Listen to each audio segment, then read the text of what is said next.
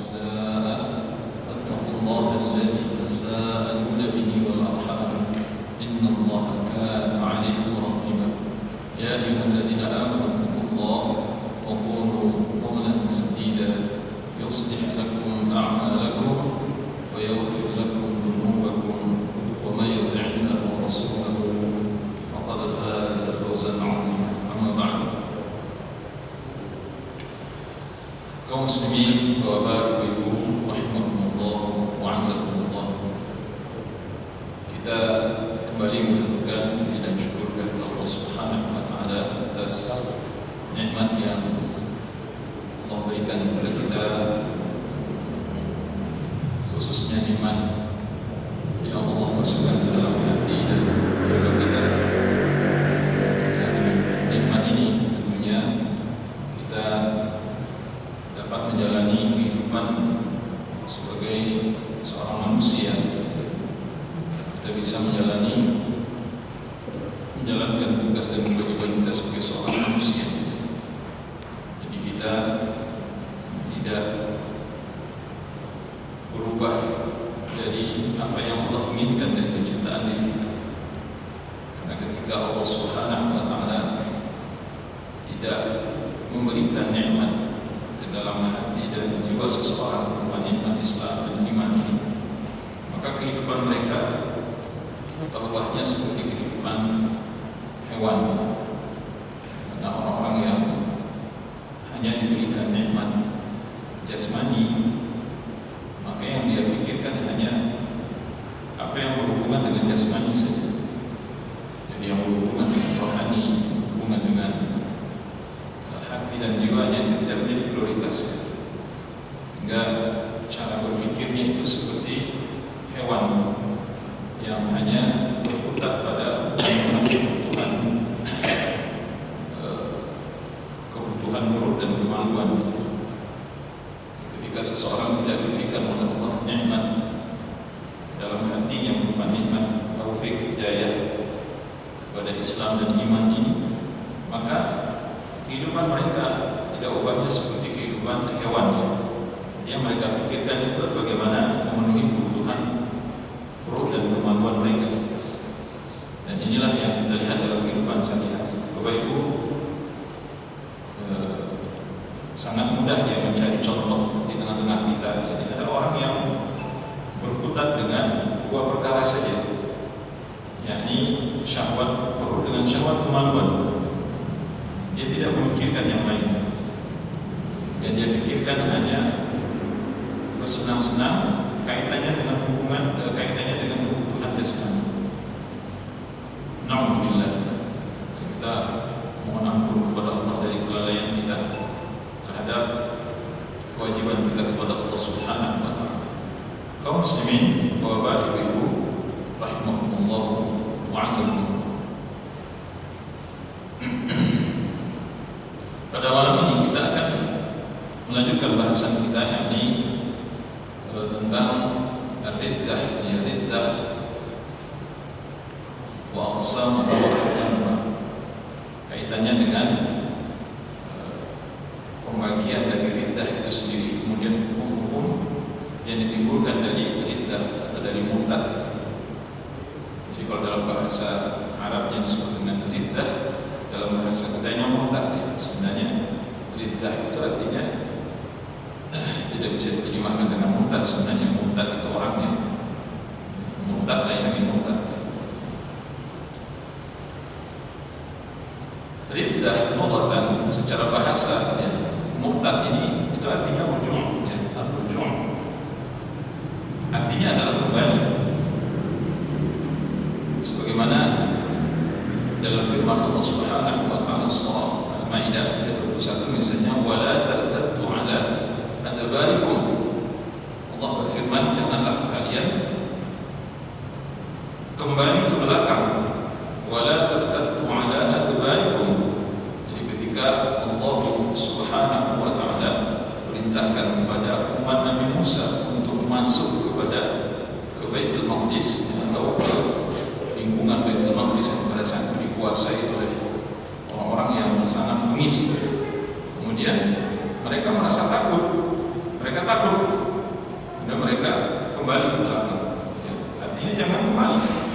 jangan perturutkan rasa takut itu sehingga membuat kalian tidak jadi melanjutkan perjalanan. Ini makna dari riddah secara bahasa. Riddah itu artinya kembali. Yang tadinya sudah pergi, dia kembali lagi. Yang tadinya dia sudah berangkat, pulang lagi. Itu yang dimaksud dengan riddah. Adapun fil istilah al-fiqh, ia kufur ba'da al-Islam. Yang dimaksud dengan riddah adalah kufur atau kafir setelah dia Islam. Jadi setelah masuk Islam dia keluar lagi dari Islam, itu disebut dengan riddah. Ini yang disebut dengan riddah. Jadi kalau bahasa kita sehari-hari disebut dengan murtad. Ya, murtad itu bahasa Arab sebenarnya. Murtad itu orang yang melakukan riddah, itu disebut dengan murtad. Allah Subhanahu wa taala menyebutkan dalam surah Al-Baqarah ayat 217 misalnya, "Wa may yartadid minkum 'an dinihi fayamut wa huwa kafirun fa ulaika habitat a'maluhum fid dunya wal akhirah wa ulaika ashabun nar hum fiha khalidun." Kata Allah, barang siapa yang murtad di antara kalian ini dari agamanya, siapa yang kembali kepada kekafiran dari kalian ini setelah dia masuk kepada Islam, ya, fayamut, kemudian dia mati, kata Allah, wa huwa kafir, dalam keadaan kafir, dia mati dalam keadaan kafir, fa ulaika habitat a'maluhum fid dunya wal akhirah. Maka mereka ini adalah orang-orang yang hapus amal-amal mereka di dunia dan di akhirat, wa ulaika ashabun nar hum fiha khalidun. Mereka ini adalah penghuni neraka dan mereka kekal di dalamnya. Bapak Ibu, inilah Allah Subhanahu wa taala. Inilah yang dimaksud dengan riddah atau murtad.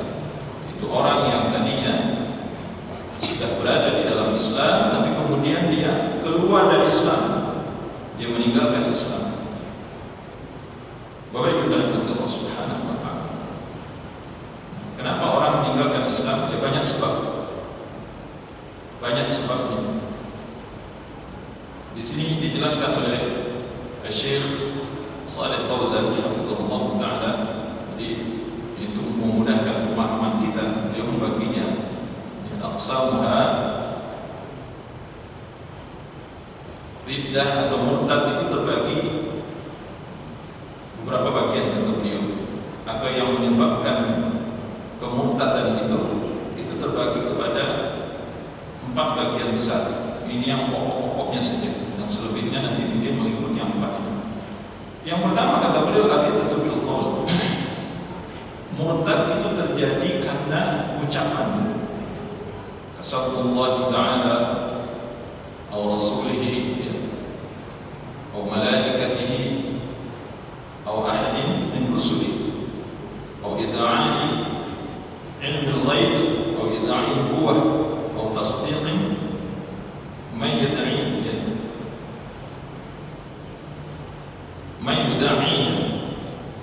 Jadi di sini dijelaskan oleh beliau rahimahullah taala, seseorang menjadi murtad itu karena perkataan yang tak terjaga. Bisa jadi kata beliau seperti dia mencela Allah atau menghina Allah, mencaci maki Allah Subhanahu wa taala, atau menghina Rasulullah sallallahu alaihi wasallam, atau menghina para malaikat, atau menghina salah satu dari para rasul yang diutus oleh Allah Subhanahu wa taala, atau dia mengatakan atau mengklaim dirinya mengetahui ilmu ghaib, dia mengetahui yang ghaib. Jadi ketika ada seorang mengatakan saya bisa mengetahui perkara ghaib, maka itu menyebabkan kekafiran, menyebabkan ya kemurtadan seseorang. Atau dia mengklaim bahwa dia mendapatkan wahyu dari Allah, ya, seperti nabi palsu. Atau dia membenarkan ada seseorang yang mengklaim diri menjadi nabi kemudian dia benarkan itu, maka ini orang keluar dari Islam. Atau dia berdoa, berdoain ghairillahi atau istighatsah, ya, atau al-istighatsah bihi fima la yaqdiru alaihi illa Allah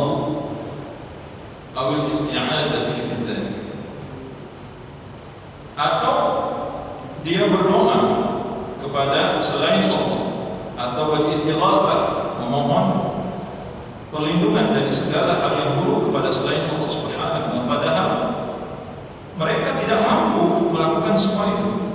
Jadi mereka berdoa kepada selain Allah, beristighatsah kepada selain Allah, padahal yang mereka berdoa kepadanya itu adalah makhluk-makhluk yang lemah, tidak mampu mendatangkan mudarat, tidak mampu menolak mudarat, tidak mampu mendatangkan manfaat. Maka ketika ini dilakukan oleh mereka, maka mereka telah melakukan bid'ah. Mereka otomatis murtad, keluar dari Islam. Bapak Ibu yang dirahmati Allah Subhanahu wa taala. Ini masuk nanti dalam pembahasan syirik. Dalam pembahasan syirik.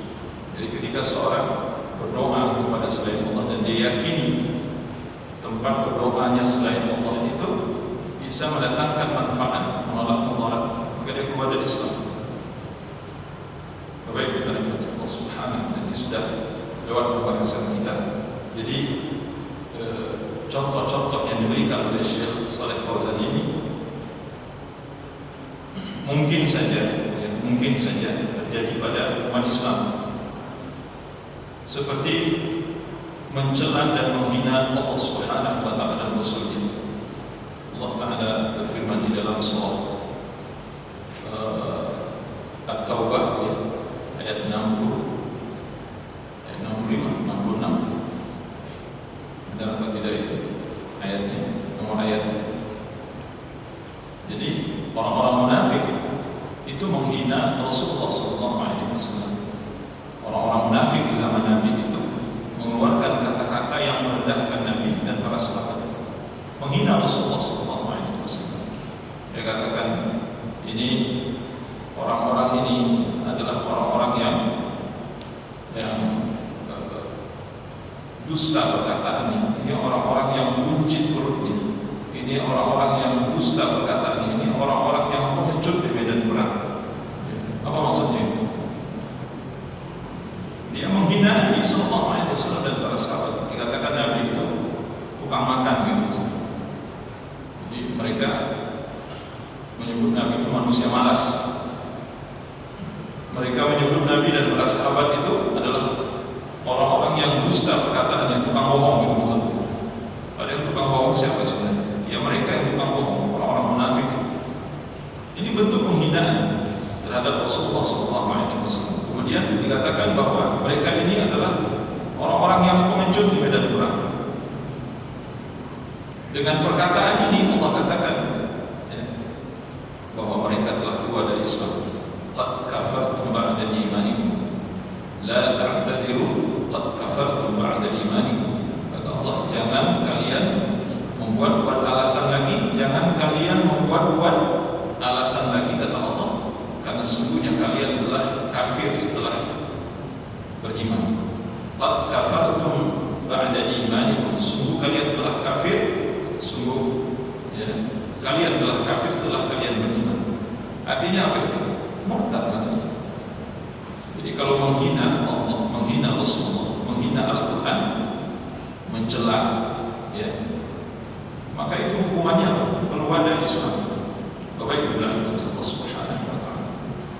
Alhamdulillah dari kita harus berhati-hati dengan ucapan kita, jangan sampai ada menjurus kepada penghinaan terhadap Allah dan Rasulnya sallallahu alaihi wasallam.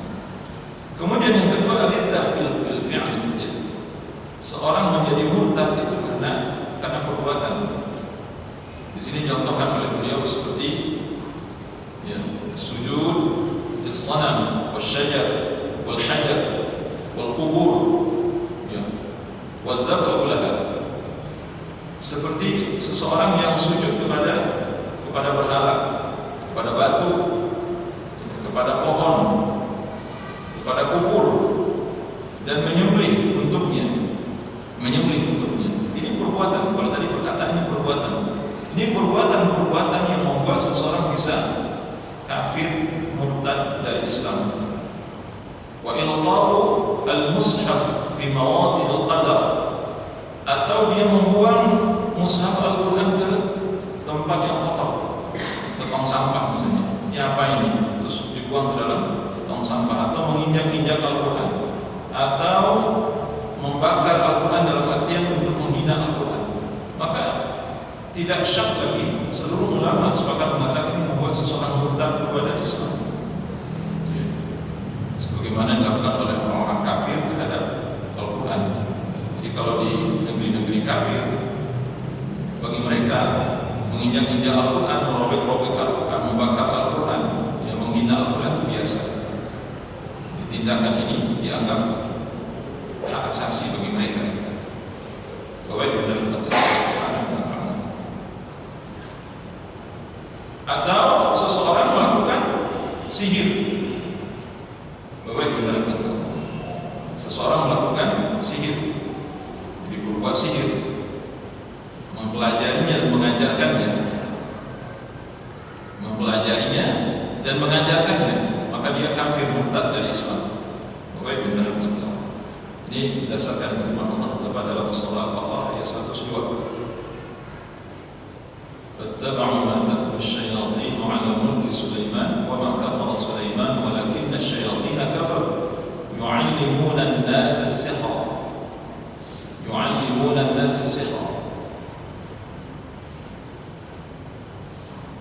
Di tengah-tengah ayat itu disebutkan bunyi ayat Allah mengatakan, ada yang ingat bahwa ayat tengah-tengahnya itu disebutkan kata-kata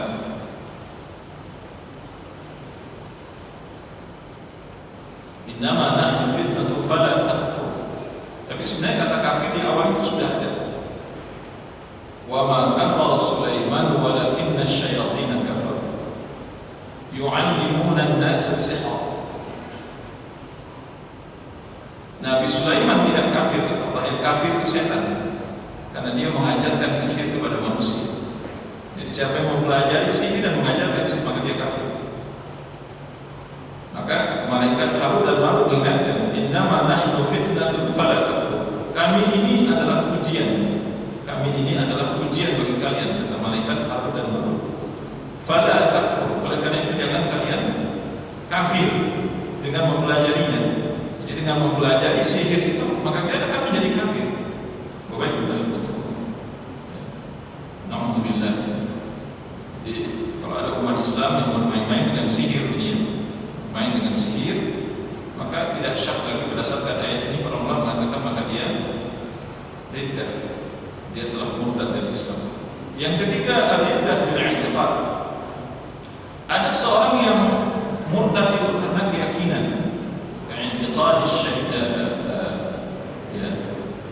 syarik lillah, seperti dia meyakini bahwa bolehnya seseorang mempersekutukan Allah. Ada keyakinan yang mengatakan bahwa syirik itu tidak apa-apa. Dia berkeyakinan bahwa syirik kepada Allah itu perkara lumrah. Maka orang seperti ini keluar dari Islam. Ini keyakinan. Atau dia meyakini zina halal, mengkonsumsi khamar atau perkara hal yang memabukkan, kalau sekarang adalah narkoba, itu halal, riba halal, maka dia murtad keluar dari Islam. Atau sebaliknya, dia mengharamkan apa yang dihalalkan oleh Allah, seperti mengharamkan roti misalnya, mengharamkan beras, mengharamkan gandum, ya, makanan-makanan pokok, mengharamkan buah-buahan misalnya. Padahal itu dihalalkan oleh Allah Subhanahu wa taala. Maka para ulama mengatakan dia riddah, dia murtad dari Islam. Atau dia berkeyakinan bahwa ibadah salat itu tidak wajib. Salat tidak wajib. Akhirnya dia tinggalkan ibadah salat. Maka dia riddah, dia murtad dari Islam. Allah Subhanahu wa taala. Atau dia berkeyakinan bahwa boleh berhukum dengan hukum selain apa yang Allah turunkan. Dia berkeyakinan bahwa boleh berhukum dengan hukum selain dari apa yang diturunkan oleh Allah. Maka dia riddah dari Islam. Maka dia keluar dari Islam. Wabillahi Allah Subhanahu wa taala. Jadi oleh karena itu, ya, betul-betul kita harus menjaga diri, perkataan, perbuatan, keyakinan. Dan yang ketiga adalah riddah bisyak. Ada seorang yang murtad itu karena keraguan-keraguan yang ada di dalam hatinya terhadap sesuatu yang pasti di dalam Islam, terhadap sesuatu yang sudah pasti Allah tetapkan di dalam Islam, dan Rasulullah SAW telah tetapkan hukumnya di dalam Islam. Apa contoh? Seperti yang kita sebutkan tadi, Allah telah pastikan bahwa hukum sholat itu wajib, tapi dia ragu, sholat wajib atau enggak ya? Kenapa kok banyak orang yang meninggalkan sholat sehingga dia ragu dengan kewajiban sholat? Padahal dari awal dia sudah tahu kalau sholat itu wajib, tapi kemudian karena banyaknya orang yang meninggalkan sholat, dia ragu, ini sholatnya sebenarnya wajib atau enggak? Itu bisa kafir, Bapak Ibu. Tapi sekali lagi, seseorang dikatakan ragu-ragu tadi itu setelah dia mendapatkan keyakinan. Dia mendapatkan keyakinan yang pasti bahwa ibadah sholat itu wajib, dan dia sudah tahu itu semua. Bertahun-tahun bahkan berpuluh-puluh tahun dia yakin sholat itu wajib sebenarnya. Tapi karena banyaknya orang meninggalkan sholat, dia kata, kayaknya saya jadi ragu nih, hukum sholat ini wajib atau tidak.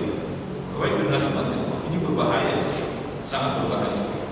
Atau dia ragu dengan keharaman zina, karena saking banyaknya orang berbuat zina. Apalagi zina itu dikoordinir, ya, dikasih tempat gitu, maksudnya orang berzina. Atau banyaknya orang berjudi sehingga dia ragu hukum judi ini sebenarnya halal atau tidak. Atau dia ragu dengan hukum narkoba itu. Padahal awalnya dia sudah sangat yakin hukumnya haram, tapi kemudian karena saking banyaknya orang melakukan itu sehingga membuat dia ragu. Bapak Ibu rahmatullah, ini bisa membuat dia murtad dari Islam.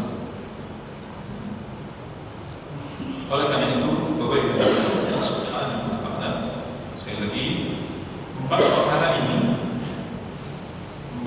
disebutkan tadi itu bisa datang dari perkataan, bisa datang dari perbuatan, bisa datang dari keyakinan, bisa hadir karena keraguan-keraguan hati kita terhadap sesuatu yang sudah pasti ditetapkan oleh Allah Subhanahu wa Ta'ala.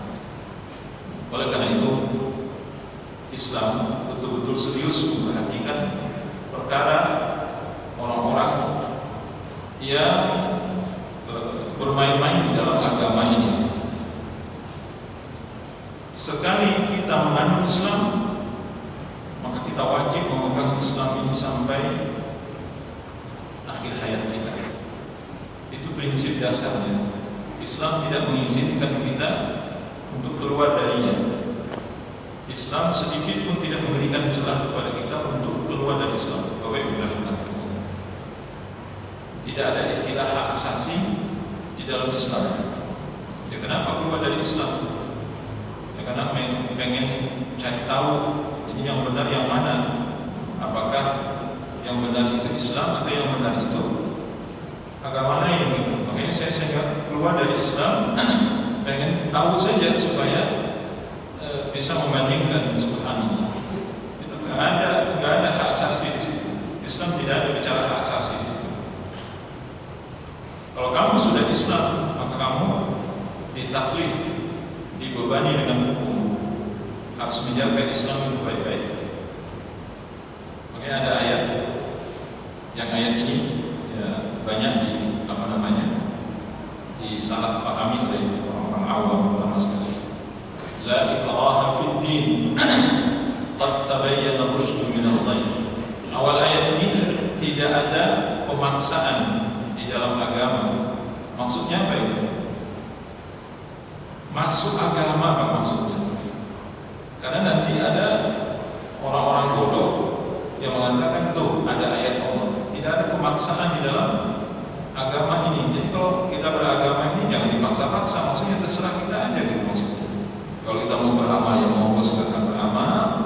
Ya, atau kalau kita mau keluar dari Islam ya sudah. Enggak ada paksaan. Bukan itu maksudnya.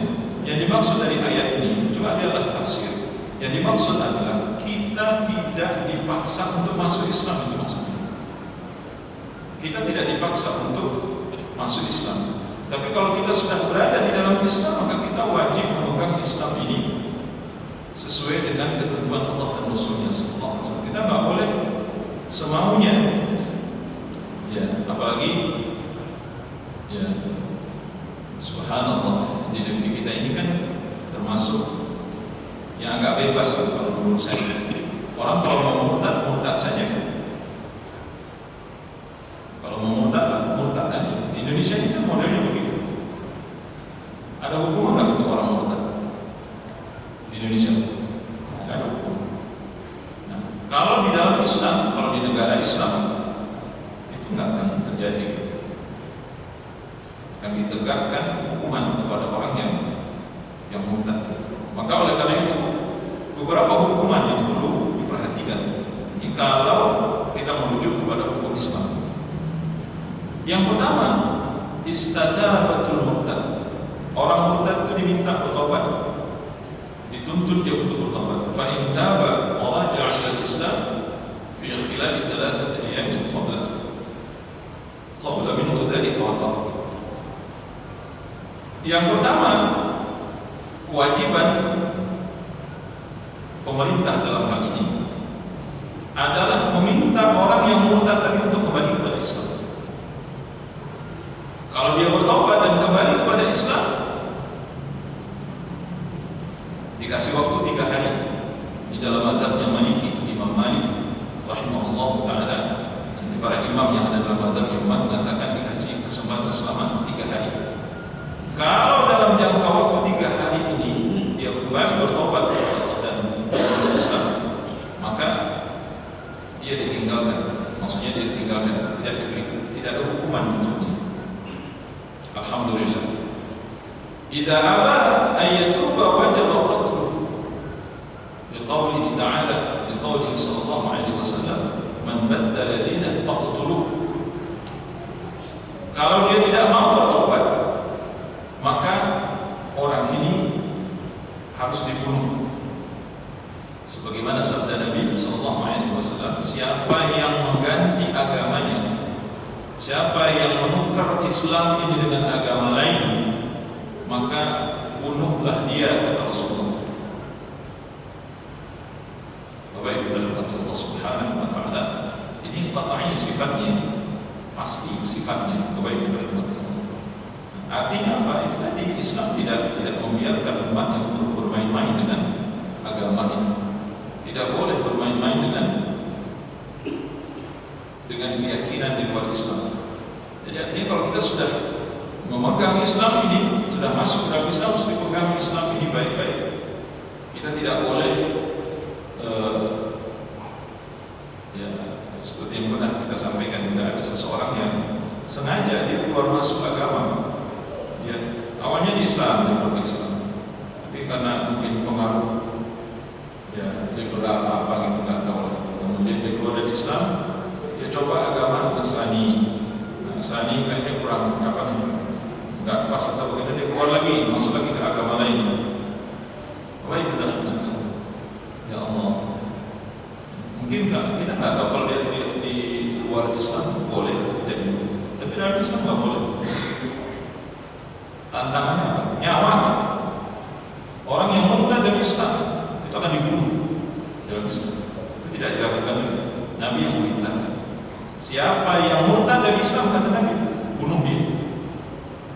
Tapi membunuh tadi itu sebagaimana disebutkan oleh para ulama, Imam Ats-Tsauri, ya, Sufyan Ats-Tsauri, kemudian juga Imam Ibrahim An-Nakhai rahimahullah jami'an, mereka mengatakan diminta untuk bertobat kepada Allah Subhanahu wa ta'ala. Kalau mereka tidak mau bertobat, baru kemudian nanti dieksekusi. Dan tentu yang mengeksekusi ini adalah pemerintah. Ini nggak boleh orang biasa yang mengeksekusi. Ini maksudnya pemerintah. Kalau ada kaitannya dengan hukum, tidak boleh masyarakat atau organisasi atau kelompok yang mengeksekusi, itu nggak boleh. Jadi kalau dalam Islam itu seperti itu, harus pemerintah yang mengeksekusi, yang menjalankan. Kemudian yang ketiga, kata beliau, yamna'u min at-tasarruf fi malihi fi muddat istibabatihi fa in aslama fa huwa lahu. Dia tidak diperbolehkan untuk bertasarruf dengan hartanya. Dia tidak boleh menggunakan hartanya itu selama masa dia disuruh bertobat. Jadi ketika seorang murtad disuruh bertobat, selama 2 sampai 3 hari dia belum bertobat juga, maka selama masa dia disuruh bertobat itu dia nggak boleh menggunakan hartanya sampai pasti. Itu maksudnya sampai dia pasti apakah dia kembali kepada Islam. Kalau dia kembali kepada Islam, maka harta itu dikembalikan kepadanya. Harta itu jadi miliknya.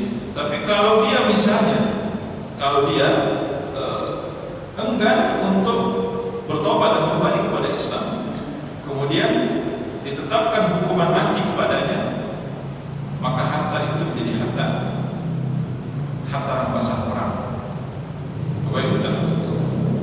Atau kalau dia murtad, dia tidak dibunuh misalnya gitu, dan tidak mau masuk Islam, itu harta menjadi harta rampasan perang, jadi pai,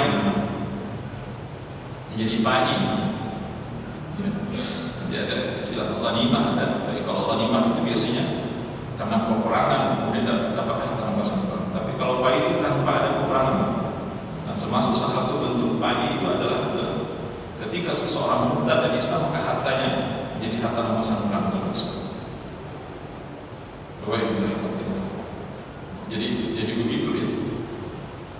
Kemudian hartanya nanti akan disimpan di Baitul Mal, atau pendapat yang lain mengatakan hartanya ini dibelanjakan untuk kepentingan kaum muslimin.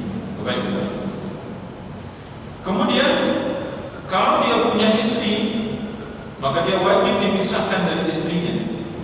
Karena kalau istrinya tidak ikut murtad bersama dia, maka istrinya wajib dipisahkan darinya. Fa innaha la tahillu lahu, karena sesungguhnya istrinya itu tidak halal lagi baginya. Istrinya tidak halal lagi bagi mereka. Jadi pada saat istri-istri sebahagian sahabiah ikut hijrah dari Mekah ke Madinah, ternyata dari perempuan-perempuan yang ikut hijrah itu suaminya masih kafir. Maka Allah Subhanahu wa taala perintahkan kepada Nabi untuk tidak mengembalikan istri-istri ini kepada suaminya, karena suaminya masih kafir. Jadi kalau suaminya kafir, istrinya masuk Islam pada saat itu, maka istri-istri ini tidak boleh kembali kepada suaminya. Misalnya kalau suaminya misalnya kafir, murtad dari Islam, maka dia wajib dipisah dari istrinya itu, karena istrinya adalah seorang muslimah. Kemudian idza mata aw qutila ala riddati fa innahu la yaghsilu wa la yusalli alayhi wa la yudfan fi maqabir muslimin. Kalau dia mati atau dia dibunuh karena murtad itu, maka dia tidak dimandikan, tidak disolatkan, dan tidak dikuburkan di pemakaman kaum muslimin. Kenapa? Karena dia kafir. Wa innama yudfanu fi maqabir al-kuffar. Dia dimakamkan di pemakaman orang-orang kafir. Wa rahmatullah subhanahu wa ta'ala. Dan banyak lagi hak-hak lain yang hilang dari orang ini sebenarnya. Kalau kita lihat ya, jadi haknya sebagai seorang muslim itu menjadi hilang. Wa rahmatullah subhanahu wa ta'ala. Haknya sebagai seorang muslim itu menjadi hilang. Apa misalnya? Allah Subhanahu wa taala telah menyebutkan di awal ayat yang kita bacakan tadi, ayat 217 dari surah Al-Baqarah. Apa haknya sebagai seorang muslim yang menjadi hilang? Amal ibadahnya dihapus oleh Allah. Ini hukuman untuknya. Jadi amal-amal selama ini yang dia lakukan sejak dari dia awal beramal sampai akhir, ketika dia murtad dari Islam itu dihapus seluruhnya dan tidak diakui lagi. Wa rahmatullah subhanahu wa ta'ala. Ya, mungkin azan dulu ya. Nanti setelah azan kita